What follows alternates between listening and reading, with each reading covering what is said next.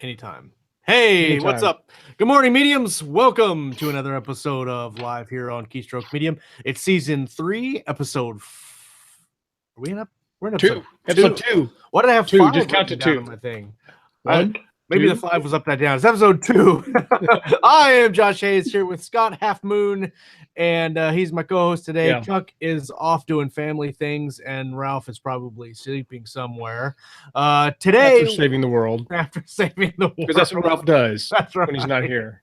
On today's show, the best-selling author of the Werewolves, Archangel Wars, and Elite series, Jonathan Yanez joins the show. He's known for his urban fantasy, but has recently started a collaboration with Justin Sloan that they pin their sci-fantasy with their werewolf series. And today we're going to talk a little bit about that. Jonathan's been indie publishing since 2012, and today he joins us to talk about his writing journey. Jonathan, welcome to the show. Thanks for having me, guys. And real quick, I had told my fans I would send a shout out to the Reading Wolves. It's my private group of readers. Awesome. So everybody who's listening from there, hey guys, good morning. Good morning, Reading Wolves, and everybody that's in the live chat. They were hanging out well before the show started today. I know. Several people have brought their Jello bowls. Why would they be so excited about this episode? It's like it's going to be a giveaway or something. We are doing a giveaway today. We're doing a t-shirt giveaway with one of the new Keystroke t-shirts that I designed just this morning. I have one on order, and I will give one away today to one lucky viewer, maybe 2. We'll see how you guys handle the chat today. And I can vouch for how cool the shirts are. Right. I had to get one myself. We set up. Guys, look at that. Look at that. Look at that. How cool now that is a true Keystroke fan. Jonathan came prepared for this intervue. I mean, honestly, that's right. Preparation. We could just end the show right now because I don't think it's going to winners and show. So, Jonathan, we first met in Vegas, where and actually this season's kind of kicking off as the 20 Books to Vegas reunion tour, because we met Emma Savant, who we had on last week at Vegas. We met you there, and there's a couple other people coming on the show that we met there this month and next month. So for those of you, for our audience that don't know anything about you or don't know about your writing, will you just introduce yourself and tell us a little bit about how you got started? Yeah, for sure. Real quick, before I start that, I wanted to say that it was cool meeting you guys in Vegas, because I had found your show, I think maybe a couple months before Vegas. So I had friended you and just got to know you guys. And you always hope, just like when you watch a movie and you really find an actor that you like, you hope that they're that cool in real life, because some people, it's just like a facade. But you guys are exactly how you portray yourself over your channel. That's so awesome. Like super cool guys, down to earth. So it was awesome being able to meet you guys face to face. We didn't even have to pay to say that. It's so fantastic. I'm loving it. Yeah, it was awesome, because I mean, I won't name names, but there's always there's a few authors that I've met who portray themselves one way, like over social media and stuff like that. But then you meet them in real life and you're like, you're not like this at all over like online. Who are you? Awesome. Who is this guy? Yeah, exactly. So I started, I'll try to make a long story short. I started publishing in 2012. I got my English degree while I was going to college, and I always wanted to write. But I found out quickly that straight out of college, writers don't make a whole lot of money. And I had bills to pay. Like, bills were piling up, you know what I mean? I had to keep the electricity on. So I started working for a company called Enterprise Rent-A-Car. 5 years there, worked my way up to managing the John Wayne Airport here in Orange County. And I just finally got to the point where I didn't want my boss's job. So always, right, they were always like, dangling that carrot in front of the donkey, always get to that next level, the assistant manager, the manager, so on and so forth. But I got to the point after 5 years, like, I see what my manager's doing. He's not making that much more money than I am. Hours. And I know it sounds like I'm being dramatic, but they were like 60 to 70 hour work weeks. I can remember logging those in. So during this time, I'd always fall back to writing, and I had written a book during this time and didn't really know a whole lot about the publishing industry still. So I kind of pitched it out to I think 5 people, and I got a bunch of 5 rejections back. So D-Day came, and I was like, if I don't quit this job now, start writing, it's never going to happen. So I straight up quit with having no plan, which I do not recommend to people. Like looking back on it, like I am like, what were you thinking? Because I cashed out my 401k. So you So feel like cashed out my 401k. My wife and I, you guys met Jen at the show too. My wife and I had only been married for a year. Like, what is this guy doing? Yeah, you must really got her on board. Like, no, trust me, this is gonna work. You have faith in me, right? Yeah, exactly. I don't know if I had that much what do you call credit built up in our relationship at 1 year. Right? By the way, doesn't he feel like Hagrid That's from right. Harry Potter? Like, I should not have done that. I should not have done that. Yeah. Looking back at that guy who had done that, what, like 5 years ago now? Like, yeah, definitely scared for that kid, whatever he was thinking. Yeah.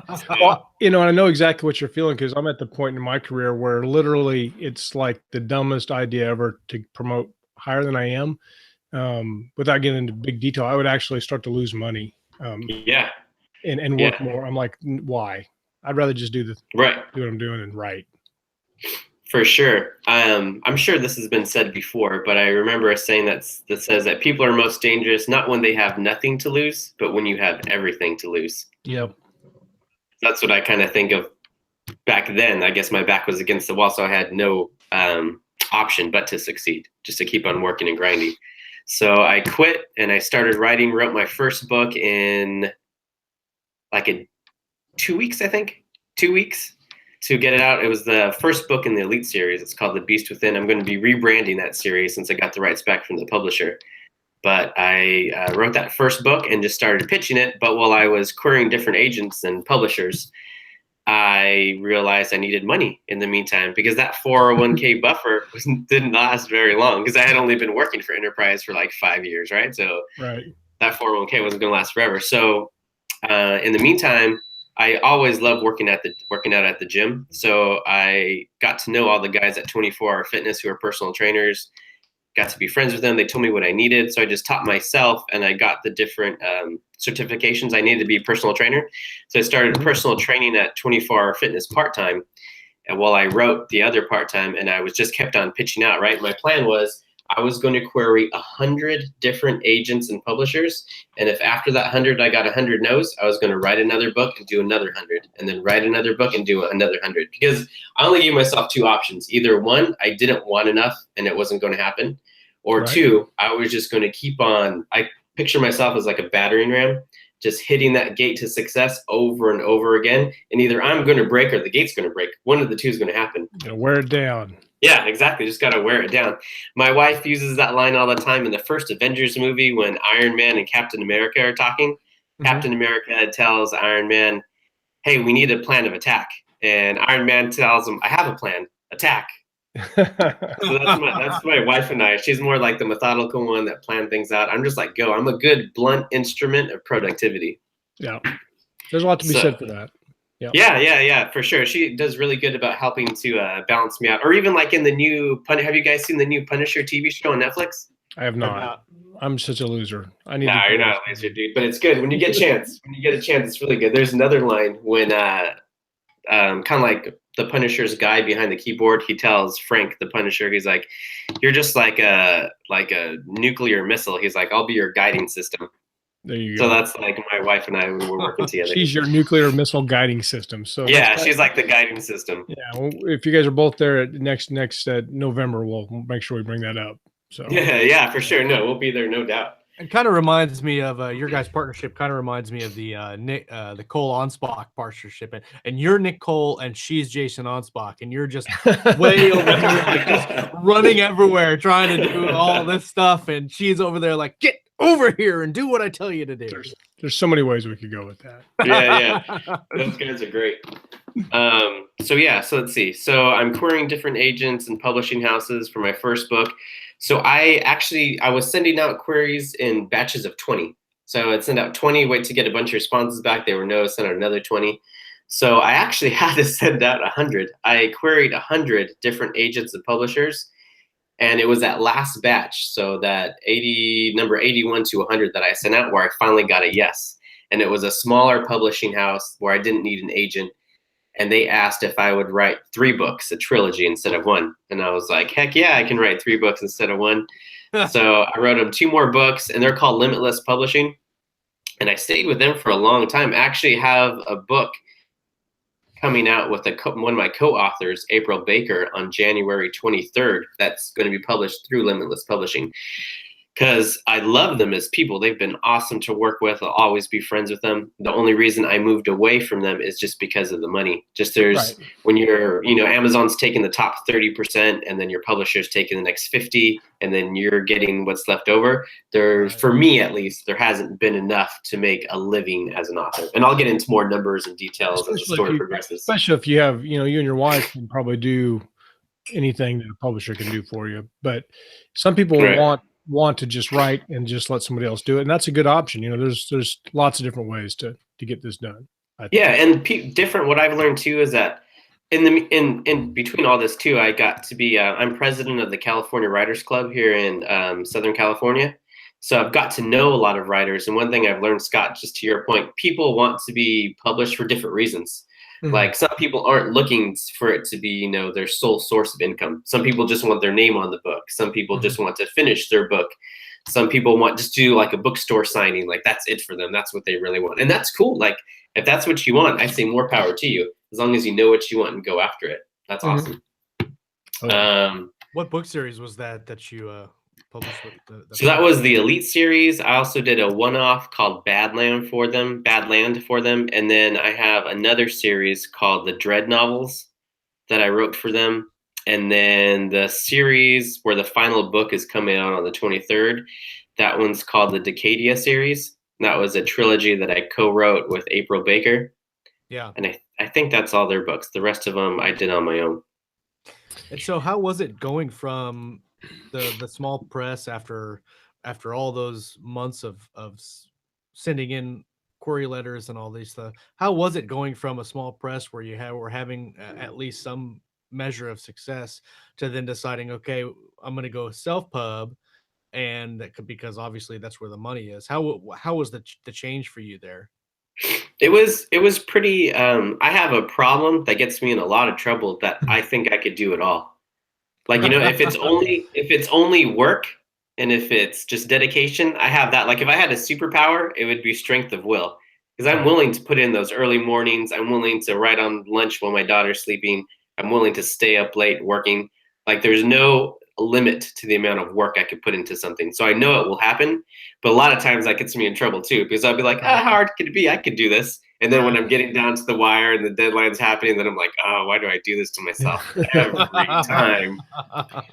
But yeah, so to answer your question, it's pretty chill. Like you just have to find the right people to put in the right places. Right.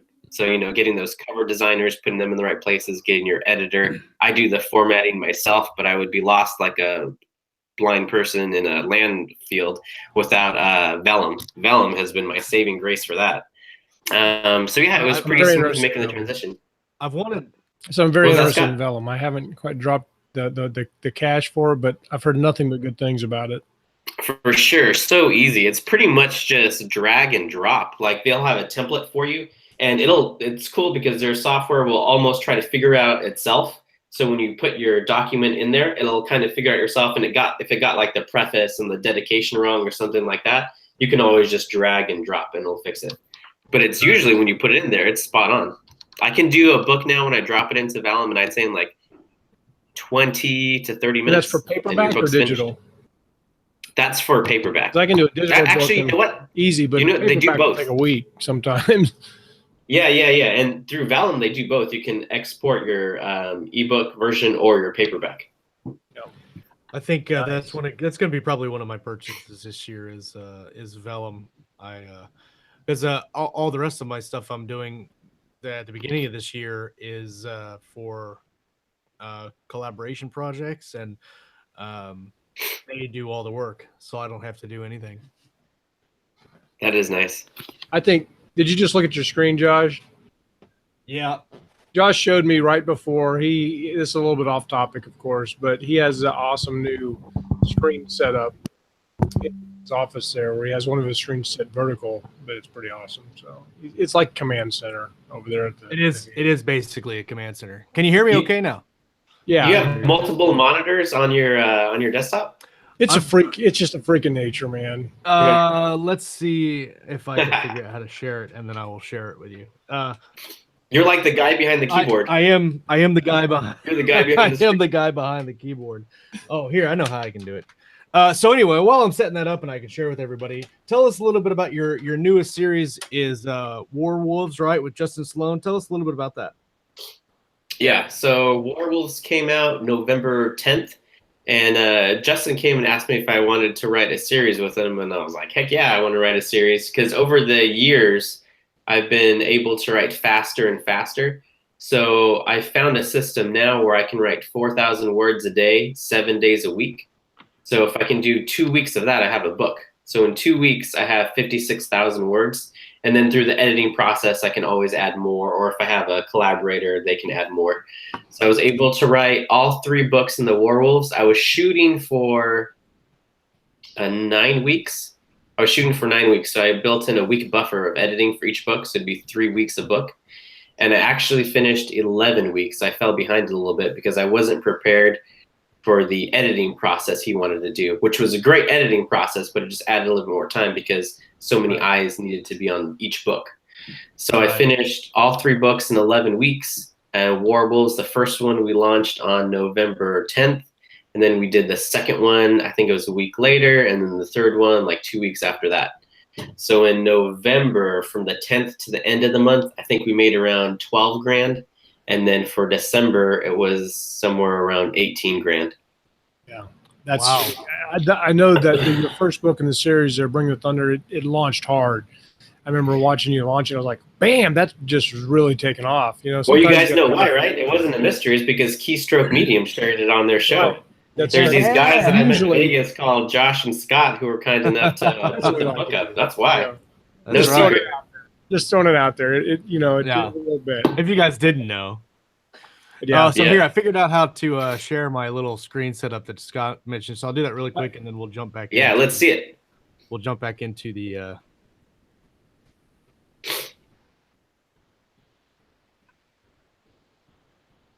Waiting. We should play the Jeopardy theme song now. Well, as we get there, because with your English degree and your writing stuff, you've hinted at that. It's gonna be really interesting because you're super productive, putting out a great quality product. I mean, that's what we're all about. Yeah, it was getting my English degree. Like, I'm sure did help in ways that I don't realize yet. Right.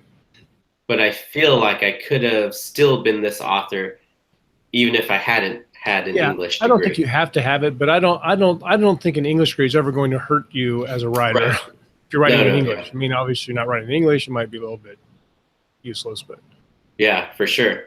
Going back to when I was talking about being a personal trainer too. So over like 2 to 3 years ago, I stopped personal training full time, but a couple of my clients asked if I would still personal train them on the side because I was going to quit to write full time. So what's really cool about that is I still hit the gym with them 4 times a week. And it's kind of like my stress reliever because I don't think yeah, man, I don't think I would be sane without doing pull-ups and push-ups and box jumps and stuff like that every day. I think that's really important. I think Josh locked up the system. He shut down the intraweb. Yeah, somehow. I wasn't going to say anything. I was just going to try to keep the show rolling, keep the ball rolling. He's coming, which would be interesting. He'll figure it out. There you go. Crazy, ridiculous thing. I don't know what happened. I'm curious to know if the show kept going since you're hosting it on your end. No, it's still live. So that's awesome. So we don't even need you here at all, is what you're saying. Don't worry. Scott and I picked up the ball. We were talking about working out. Yeah, good. Which was right into that. So. So sorry, I don't know, something about my iPhone didn't like the didn't like it. Didn't like what I was doing. I'm sorry I brought it up. Completely. Anyway, I'll share a picture in the group later. Right. Yeah. No worries. So I was just finishing up that story about writing. So I was telling Scott that a couple years ago I quit my personal training job to write full time. Yeah. And that a couple of my clients asked that I would still work out with them. So what I do now is I still go work out and train them 4 times a week. while I write. And it's been really cool being able to balance that. Like I never thought I would be paid to work out. So that's like a dream job now. And then you guys want to hear something super crazy? Yes. So 2 years ago, before I had my daughter, which means I had time 4 years ago, right? Extra time. When you have kids, you don't have free time anymore. Yeah. But 2 years ago, one of my wife and I, our mutual friends, asked if I'd be considered doing modeling jobs. And I had like long hair back then and a big old beard, right? I was like the author. I didn't care what I looked like. So I was like, yeah, for sure. I'll go in and meet with them. So I went to like Laguna Beach. And I didn't know what I was getting myself into. I was just like doing for fun, right? Because so many times as authors, like when we're pitching projects, like, yes, I would like to think that everybody loves my work. But in reality, like when you're pitching your work to different agents and publishers, 9 out of 10 times you're going to get a no. So that's what I thought about this modeling thing. I was like, I'm going to go meet with them. It's kind of a fun experience. They're going to say no. But they ended up signing me. So for the last 2 years, I've done shoots for like Bud Light, Nissan, Kawasaki, Bank of America. So I do like 4 or 5 shoots a year. And it's been really cool because super part-time, but it's really fun. And they pay really well too. And it's so weird going because of the way they treat models. So like they don't want you to sweat, guys. Because if you sweat, you're going to mess up the shot, right? Because the glisten and everything like that. So they have you sit in like these air-conditioned trailers and people do your makeup and they'd have like wardrobe. You guys will get a kick out of this. So one time I was doing a shoot for Nissan. Yeah. And I was a construction worker because they were showing off their new Nissan truck. And my clothes were brand new, so they weren't dirty, right? I needed to be a construction worker, so they needed to be dirty. So they had to make up dirt. So I'm standing there, right, not sweating, and they're like the people are coming and putting dirt on my clothes. That's awesome. Use look, yeah. So it's so cool being able to get out, go work out, get out to go to these casting calls, just because it's such a different world. It's like a breath of fresh air, and then I get to come back and do what I love full time and just like crank out those books. So it's fun. We'll put that in the show notes or as a description. Dirty construction worker model writes books. Flash writer. But he's not really dirty. It's weird. I feel like I'm lying to people when they ask me. Like they're like, "Oh, I thought you were a writer, but here it says you're a model." I'm like, "Oh yeah, I can do that on the side." They're like, "Well, why were you in Vegas?" Because I just got back from Vegas. Because I have a cool thing we could talk about too is in Vegas I met with Amazon to talk about their marketing service and stuff like that. So I got some more information. Well, one of my buddies who I came up with is the head of marketing for Kodak. So for the last 3 years, because he knows I had that sales background with enterprise and like sales management, he's asked me to come work the Kodak booth at CES, the big consumer electronics show. Right. So for the last 3 years, I've gone down to Vegas to work that with him. And this year, I met with NASA and Amazon while I was there to talk about sci-fi books with NASA because they had a booth, and then Amazon Marketing Services because they had a booth. That's like taking networking to a whole different level. It's weird. It's crazy. Yeah, I feel like a liar when I tell people what I do for a living. I'm like, oh, yeah, I'm an author full-time. And they're like, I thought you're a model. Like, I do that on the side, but I also work with Kodak, and I'm still personal training 4 times a week.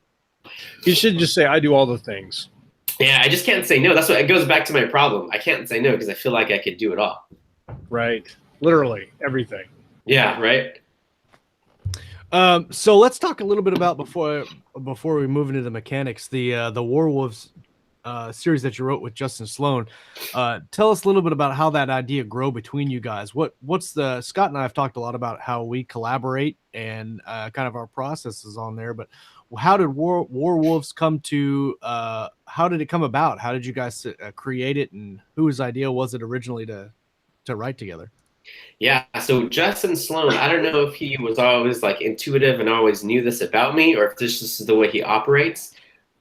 But right off the bat, he gave me freedom to pretty much do whatever I wanted. And for me, that's the best thing that you can do, right? Because if you give me freedom, it means that I don't have to like try to incorporate myself in some sort of box that you're putting me in. It's just like letting me run and go. And that's how I was able to write so fast too, because he didn't put all these like restrictions and you can't do this and you can't do that. In my book too, I knew I wanted to take my Space Marines off planet. Because if I go off planet to space that hasn't been discovered before or explored before, then there's really no rules, right? Because none of his characters have been there before. So I took him off planet that I would have that freedom to play. And the book just kind of wrote itself. I have, just like my reading group is Jonathan's Reading Wolves. in all my books, I have some sort of wolf tie-in. So that's where the title came, Werewolves. And then I have the new series that I'm working on. The main character's name is Frank Wolf. So there's always that tie-in, just because I loved dogs growing up, and then as I got older and older, I realized how much cooler wolves were. So I have for sure. I have a husky and Alaskan Malamute in the back, because that's as close as I could get to wolves. I was going to get a real wolf, but then I realized they have to eat raw meat. I'm like, I'm not down with that, storing all kinds of raw meat in my refrigerator all day. Yeah, I was on that game around here. We got some coyotes. I heard some coyotes make a kill outside my door the other day. I'm like, what is that horrible sound? And then I go to the window, and there goes a bunch of coyotes running by. Yep. It's really cold, so they must have been hungry. So yeah. I'm glad I added that to the conversation. Do they hunt in packs, Scott? Yeah, well, they're crazy sounding. When they get all warbling and cackling, you can go out and hear them off in the distance. But we're gonna have a lot of them around here lately. They're actually been kind of a problem. People are losing cats and small dogs and stuff. Dude, I'm sure that sound that you heard is more fodder for your imagination, right? Yeah. Just trying to describe that sound. That could be. You'll hear them going. Yeah, it's it's like watching like the American Werewolf in London or whatever, where you kind of have like the old style horror movies where things zip across the camera. So I go back there and this pack of coyotes goes ripping by after the rabbits bit the dirt. So poor rabbits. That's cool. That's cool about wolves too, though, because I am under no false pretense that I'm here by myself. But like, I did all this by myself, and so like my readers group and my wolves are just like my pack, right? Because I know I didn't get here by myself. I got here with the help of like fans who are now my friends, from other authors helping to collaborate. So if we're just this one big pack all working towards one goal, I think we all can make it. That's one of the superpowers for writers, that if they can learn one thing, is how to get that group, like you're talking about, the people that want to read and contribute and and all that stuff, and having your fan group, the reading wolves, is awesome. That's really what's awesome. Cool too about the writing community, and especially, I don't know why sci-fi authors, I just feel like they're more, I don't know, I don't want to knock anybody else because I write in urban fantasy, but I just feel like sci-fi authors almost are willing just to have your back more. I don't know what it is. I don't know if it's because a lot of them are like cops or ex-military, and they understand that you all need to work together to get towards one goal or something like that. But just with the sci-fi community, there's a huge sense that like, not are they only going to help you because you're going to help them, but they're going to help you because they see you working hard and they see you putting in the time and effort, and because of that, they're willing to help you out.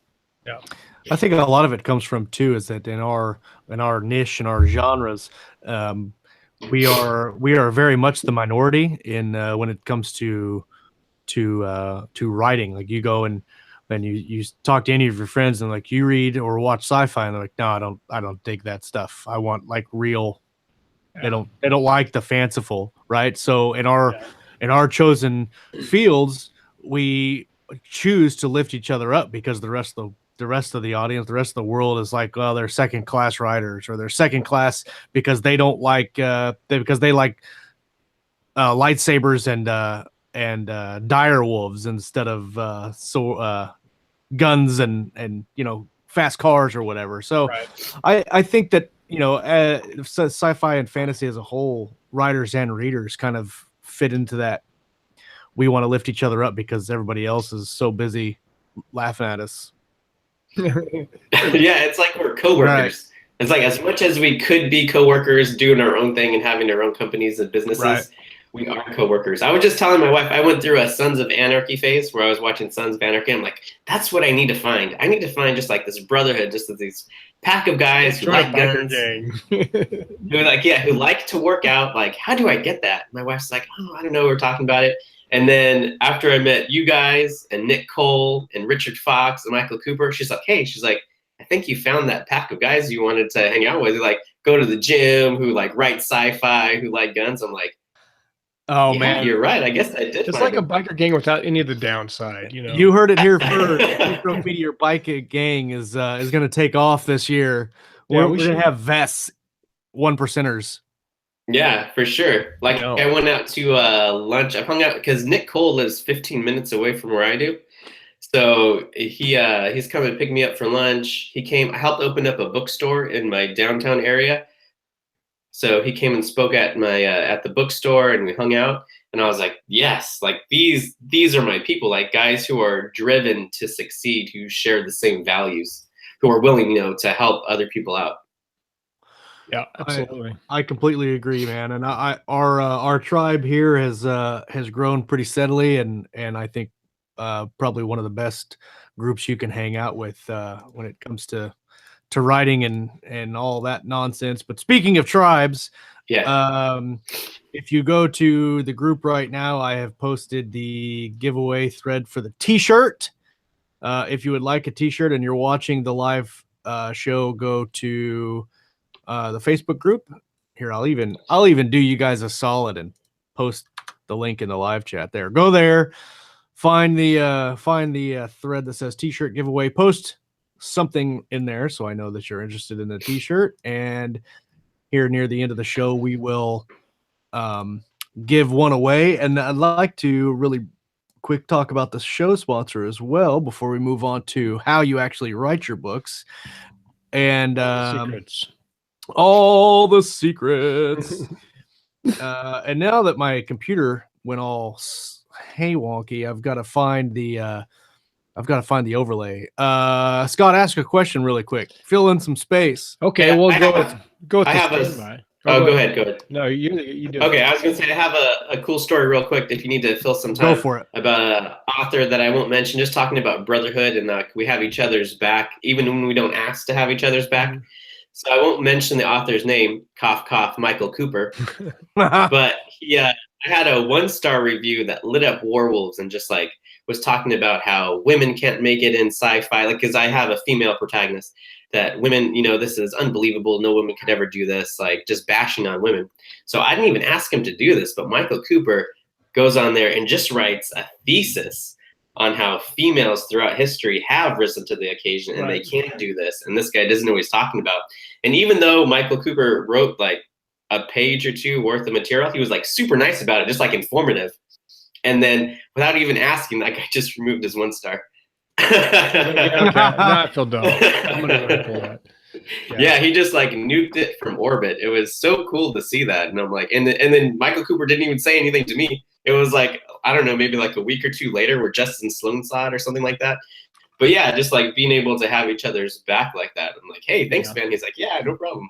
I don't get that at all, that argument about whether your protagonist is male or female. So I've had lots of strong female protagonists, and they're awesome to write. They do cool stuff. So they're some of my favorite protagonists, right? I think probably over half of all the main characters I've written are female. Yeah. Okay, so I found the overlay for the sponsor because I don't know what's going on with me today. I'm behind the curve, I think, for some reason. But I found it, and here we go. There we go. Today's sponsor is Solar Singularity, an Interface Zero 2.0 novel. Today's it's by Guy Anthony DeMarco, a longtime viewer of the show. He decided to sponsor, so thank you, Guy. We really appreciate it. This novel is set in the universe of Interface Zero from Gunmetal Games. Dubbed Interface Zero by those who created it, the Tendril Access Processor, or TAP, downloads the global data net and hyperreality directly into the minds of billions of users across the solar system, bringing the world an unparalleled level of interconnectivity and danger. Malware plagues the deep, and hackers manipulate the Tendril Access Processor to upload malicious viruses, to steal secrets, and even the identities of the unwary. And that is only the beginning. In 2088, a massive solar flare disrupts Earth's satellite network, leaving the world in chaos as all taps malfunction simultaneously. Hyper reality overlays are indistinguishable from the physical world, and global riots make the whole world a war zone. Amidst the madness, two AIs go to war using humanity as their pawns. Dun dun dun. Awesome. Solar Singularity by Guy Anthony DeMarco. The link is in the live chat as always, and if you're listening on the feed later, please check it out, pick it up by a viewer of the show. And thank you, Guy, for sponsoring an episode. We really appreciate it. So moving into the mechanics, we talked a little bit about you know, the Warwolves collaboration, but how did it really work out between the two of you? I know with my own collaborations, specific of the current one, the one with Richard Fox, we brainstormed together, and then he writes kind of a baseline outline, and then I write the manuscript. So how did it work between you guys? How were the mechanics of it? Yeah, basically, I told Justin what I was going to do. He's like, yeah, go for it. So I dropped him, I think maybe it was the first 5,000 or 10,000 words just to make sure I was on the right track. He's like, yeah, awesome, do it. And I just cranked. And then I finished the first book in 2 weeks and gave it to him. When I finished the next book. And what I learned a lot from Justin actually is how good a cover could really be. Because I am not really great at art at all. So like I could do like stick figures, and then maybe I could like put a gun in one of my stick figures, but it just looks like a L sideways. Like that's my gun when I'm drawing. So I have no talent at all. So when these cover artists come to me and like, hey, this looks great. And I'm like, yeah, like with the first draft, you're already blowing my mind. Like I can never do that. That looks really good. Right. You know, really like fine tuning and showing me like how many rounds that you can go. And even though it is good, then the second one is great. And then this one looks awesome. And then getting feedback from other sci-fi authors who have killer covers and seeing what they think there. And then Justin Sloan started his own universe with 2 other co-authors, right? Mafi. So showing them the book as well. So it went through tons of edits and tons of different icing on it. So I would drop a book, and then George and Kyle would look at it, and then I would see it again. And then Justin would look at it, and then I would edit it again. And then my editor would look at it, and then I would edit it again, and then his editor would look at it, and then I would edit it again, and then beta readers would look at it. So there are just so many rounds of editing, which right. Yes, does add time, but is definitely worth it for your final product. Well, because even with that draft done quickly, then you can afford to do that. But if it takes, you know, like I've had books that took me 10 years to write, and you can't take 10 years to write a book and then put it through 15 rounds of editing. It'll never get done. So yeah, but you're being modest, Scott. How fast are you cranking out those collab works with Craig Martell? I'm going a little bit faster now. Yeah. The last few years. Speaking of modest, you wrote the entire novel in 2 weeks, you said. So what is that? 60,000 words in 2 weeks? Yeah, so what I've been doing is I found a rhythm where I can write 4,000 words a day. So I do 1,000 words, and it takes me about half an hour. And then I give myself a breather just to, I don't know, go grab something to eat, go play with the dogs, hang out, whatever. Oh, in the meantime, too, what I had to learn to do is because my wife works full-time and I stay home full-time with my daughter. I have a 1.5-year-old. Her name's Josephine. I call her Jo. So Jo and I hang out, coloring, playing Space Marines during the day. So what I had to teach myself is to get those like sprints in really fast. So I have 3 windows of opportunity throughout the day. I have in the morning before she wakes up, and then at night. Because as soon as my wife comes home, I go personal train in the evening. So I have those 3 windows. So I have to get my 4,000 words in sometime during that time. Right. So when she's napping, I can use, well, in the morning, I usually answer emails back, fan mail, stuff like that. Podium picked up Warwolves. So answering questions about random things, man, and all that stuff. And then while my little girl naps, that's when I get 1 to 2 sprints in. So I'll do like half an hour. So I'll get 1,000 words in, go take a breather, eat lunch, try to get a second sprint in before she wakes up.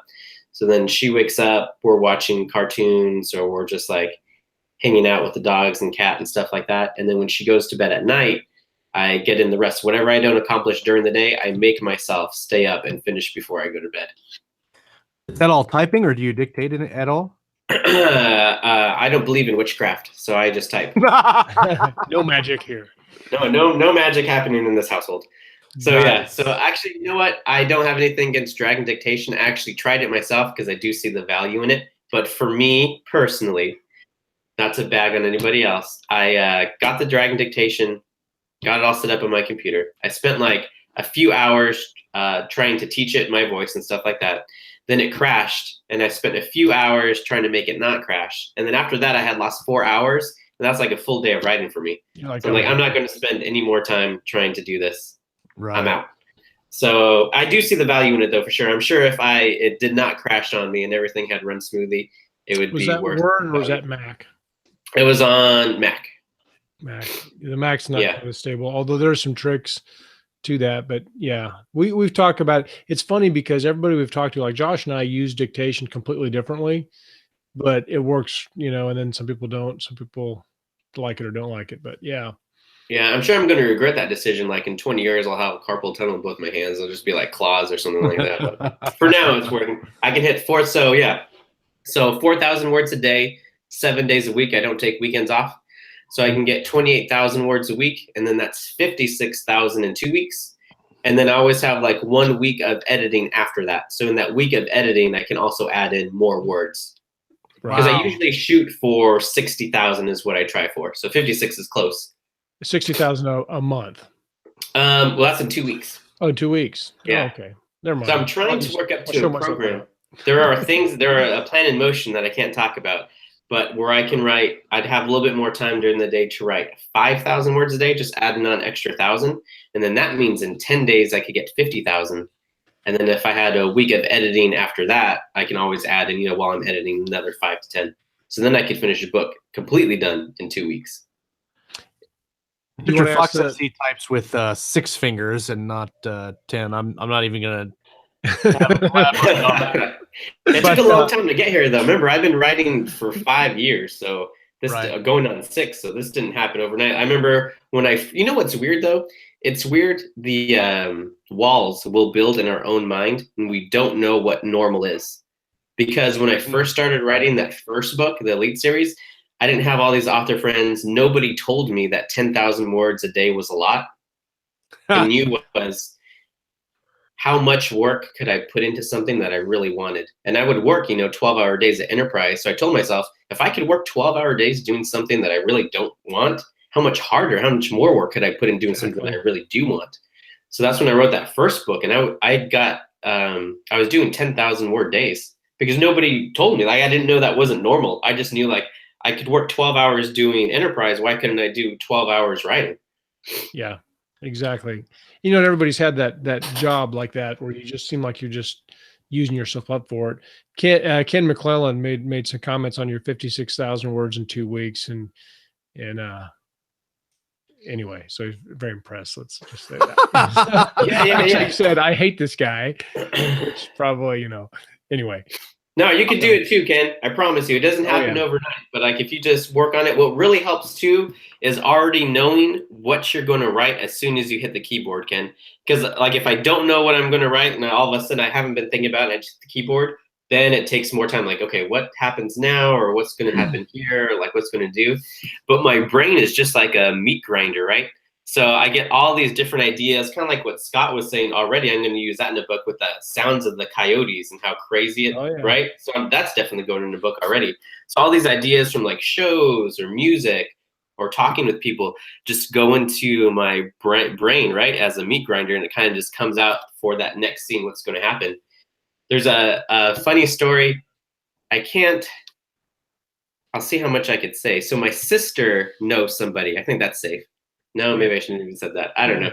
So asking for a friend. Yeah. So somebody knows somebody else who, when they take long trips, long car drives, they wear adult diapers. That way they don't have to stop to go to the bathroom. That way they can get to point A to point B. That's a great idea. I've never, quite had the courage to try it, but it seems like a win. Well, I may have tried it, but anyway. So that went into that was the opening scene of Werewolves. Story that my sister told me, that was how Werewolves started, with these two Marines talking to each other, and my main Marine, Riot, she's looking to her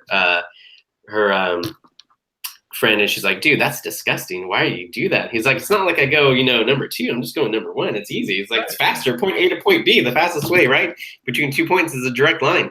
So that's how it started. In every scene, in every chapter I write, I touch on, because I try to write character-driven stories. So I try to touch on comedy, action, and then some sort of like character development. So in each chapter, I have to hit comedy, action, character development, or any some combination. Yeah, combination of those three things. Because I feel like plot-driven stories are awesome. I love plot-driven stories, but with character-driven stories, I could take that character, and whether it's Space Marines or dystopian or urban fantasy, whatever it is, that character is that same person in whatever scene. Because somebody was asking me earlier, like, how did you go from urban fantasy to science fantasy, like sci-fi? Was that hard for you? And I'm like, no, because I write character-driven stories. Just put them in a new setting and go. Yeah. Yeah. It's like Wolverine, right?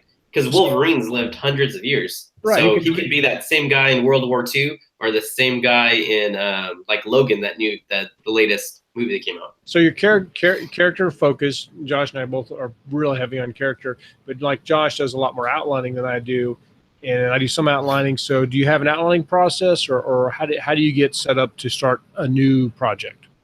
No, I think there's just something broken in my mind where I just I just think about it. I do zero outlining. The only thing that I have to do, and I learned this from Richard Fox, is he's so good at details in his story.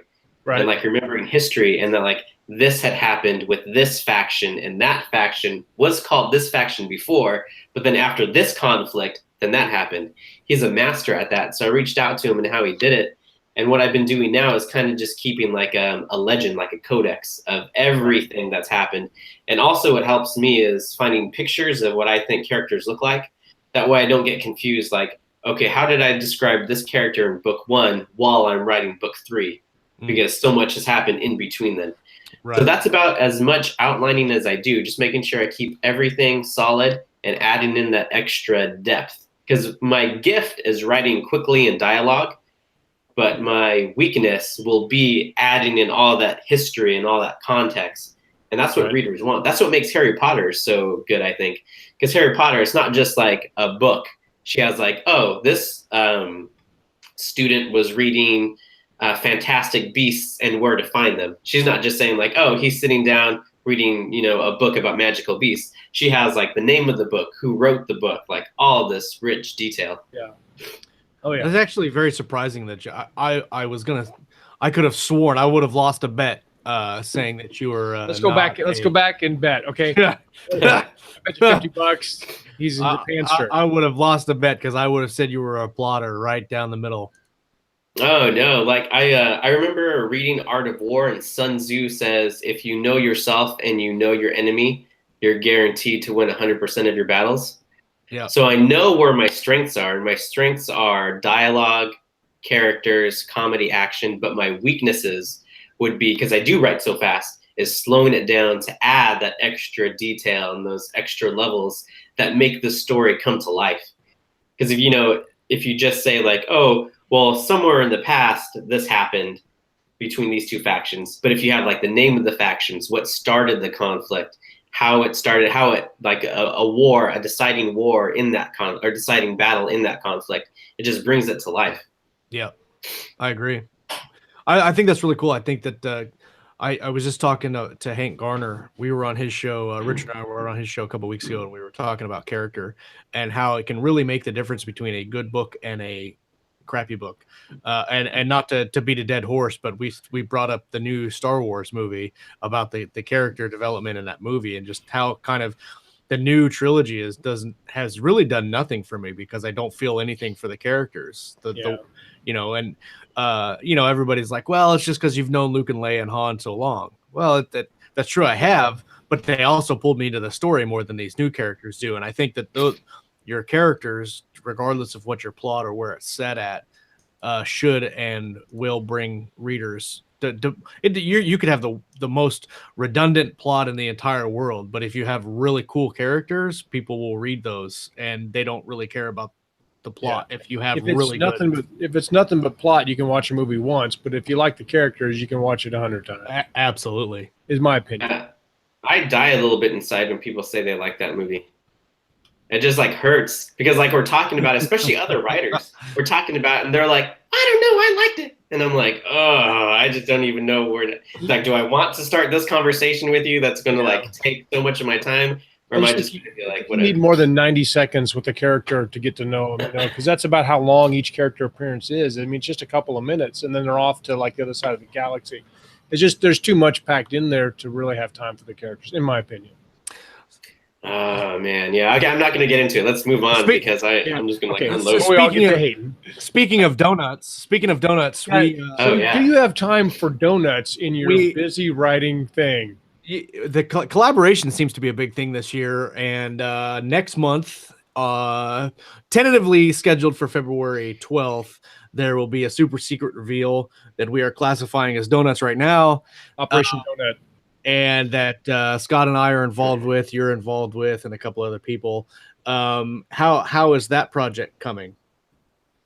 Good. Operation Donuts is a go. So I've finished my entry into Operation Donuts, just like cranked it out because I wanted to finish Justin Sloan's 3 books, and then I wanted to finish Operation Donuts before I start doing my own sci-fan. Because I made a commitment to them, so I wanted to make sure that was all done. So my last book with Limitless Publishing, the one I co-authored with April Baker, is coming out January 23rd.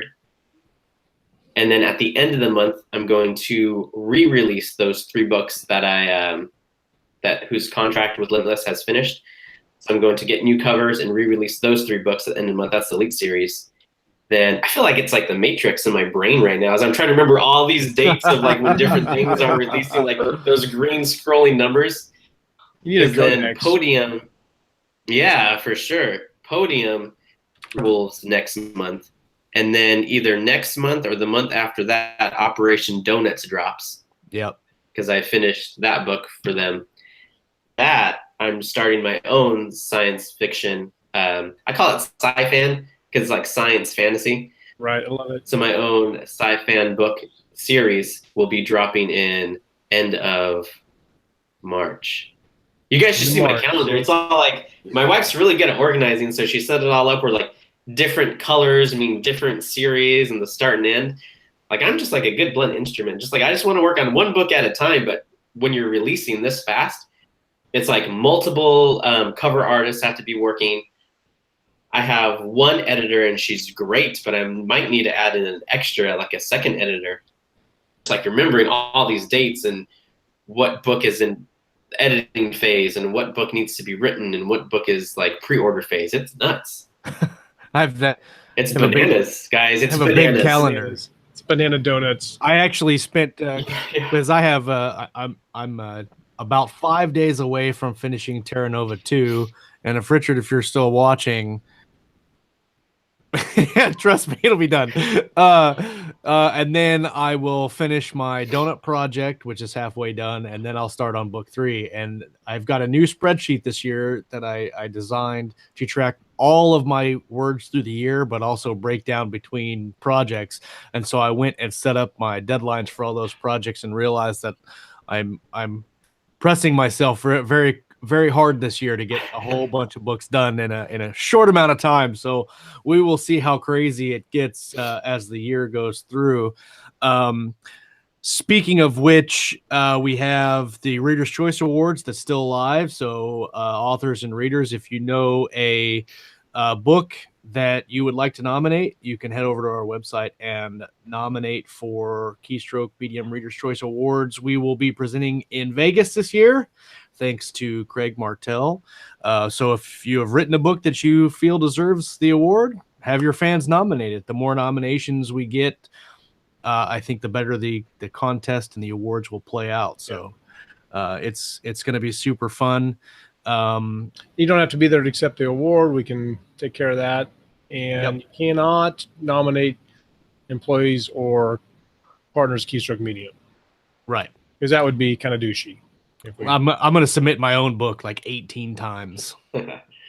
That's weird. Josh swept all 3 categories. Not even fantasy. He didn't even write a fantasy book. How did he win that award? This is a ripoff. Terry asked what criteria the books need to be nominated. It's on the website, but basically anything that was published between July 1st 2017 and June 30th, 2018, I think are the dates. Doesn't matter, traditional or indie. It just has to fall within the science fiction and fantasy realm. So as a baseline, because we needed a baseline, if you go on Amazon and a book falls under the sci-fi fantasy realm on Amazon, and it was published between those time frames, then it's open for nomination. So also we have covers for Cure 2 coming up in March with Christian Calais. He'll be here next week talking about it. We are going to donate to diabetes this year. So if you have some cash or you have plans to buy a cover, then you need to start putting some money away so you can donate to our cause. Last year, we raised almost $5,000 with Tom Edwards. And this year, we hope to do the same as well. Jonathan, where can our audience find you and your books? So real quick, before we sign off, I forgot to say that I, with a bunch of hardworking authors, we hit the USA Today bestseller list last week. So the box set is called Wrath and Ruin, and those authors who did all that work are just machines. So congratulations, guys. But yeah, so to answer your question, website is jonathan-yanez.com, or on Facebook if anybody has any questions or just wants to be friends or just wants to connect, feel free to add me. My last name is Yanez, and any way I can help you guys out, I'm willing to. I didn't get here by myself. Absolutely. All that information will be in the show notes as well if you're not watching live. And I just actually Googled Wrath and Ruin, and this looks very good. Very, very cool. A lot of great authors in there. Oh, yeah. Thanks. Yeah. This year I wanted to do some anthologies because I had never done anthologies before. So I jumped in a bunch, and you get to meet and interact with some really hard-working authors. Like before I really dove deep, I would have called myself one of the hardest working authors that I know. But then after meeting some of these animals that are in the industry, I'm like, man, I need to step up my game because there's some monsters in here. That's like monsters in a good way. Monsters. That's scary. After seeing your work process, that's almost frightening that there's people out there working harder than you are. There's some just machines out there. I'm like, I don't know if this is healthy for you guys. You guys need to take it easy, calm down a little bit. Okay, so we'll do this t-shirt giveaway, and because I'm feeling generous today, I'm going to do 2 shirts and not 1 today. So let's see. Let's go. We have 9 people who have posted in the Facebook group. So let's run a random generator. Number 5. Who is number 5? 1, 2, 3, 4. Terry Toombs is number 5. Terry Toombs gets a t-shirt, and let's do it one more time. 9. Who is number 9? I think that's Michelle. 1, 2, 3, 4, 5, 6, 7, 8, 9. Yep, Michelle Hart.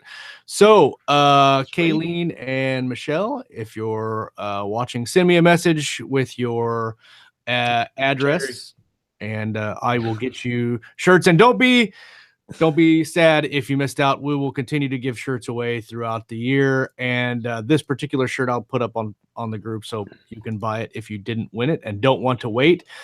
Jonathan's shirt's a red first edition. Yeah, that's right. You guys get to look at it? Check that out. How sick is that? Check that out. Very cool. That's right. right. Way to stand out in a crowd. That's right. And bring it to Vegas with me. That's right. Hell yeah. We're going to have a keystroke medium table at Vegas. Have like a cheering section. We'll do the wave with everybody in their gear, in their swag. All right. Well, Jonathan, thank you so much for coming on the show. If you don't mind hanging out with us, and we'll do a little quick post show. Everybody that watched live, thanks for coming and hanging out with us. As always, we really appreciate it. Next week, we have Christian Calais, and after that, I think we have Hank Garner coming on the show again. Yep. To talk about his relaunch of his series. So everybody, thank you so much for hanging out with us. We will be back next week. We're going to talk about some reading. We're going to talk about some writing, and of course, everything in between right here on Keystroke Medium. Have a great Monday.